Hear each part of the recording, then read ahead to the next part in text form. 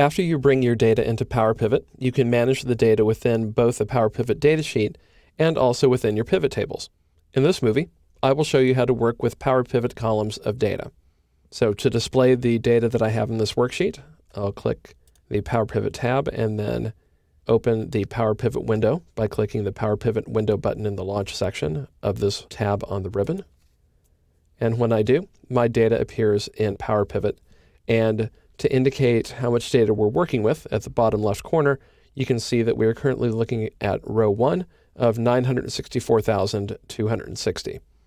In PowerPivot, as in Excel, you can manipulate the columns inside of the PowerPivot window. So let's say, for example, that you want to hide a particular column, and in this case, we'll just say that we want to hide the product column.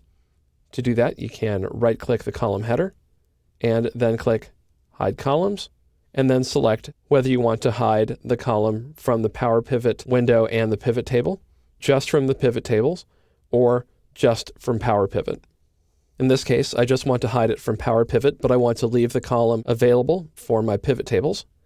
So then I will click From PowerPivot. When I do, the column disappears. Now the data hasn't been deleted, it's still there. It's just that I don't have to see it within the PowerPivot window.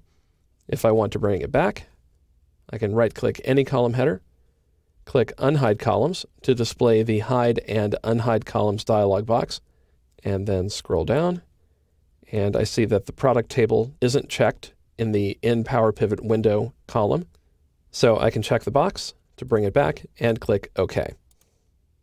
If you want to display the Hide and Unhide Columns dialog box and manipulate columns more than one at a time, you can click the Design tab, click the Hide and Unhide button, and the dialog box appears. If you do want to delete a column from the PowerPivot model permanently, then you right-click the column header in the PowerPivot datasheet, and then click Delete Column. So I won't go all the way through with this, but let's say that I wanted to delete the total column. To do that, I would right-click the column header, and then click Delete Columns. And then after PowerPivot asked if I were serious about deleting that column, I would say yes. But in this case, I don't want to get rid of it. So I'll just click away from the shortcut list to remove the selection. If you remove a column from the data model, it is permanent. You would have to create a new data model to bring the data back, but the data still exists in the source table. One other way that you can manipulate columns inside of the PowerPivot window is to freeze columns at the left side of the worksheet. So let's say that I go back to the Home tab, and I will resize the PowerPivot window just so we don't see the right edge, so you can see what happens when we scroll. And now I will click any cell in the first column, that's the Order ID column.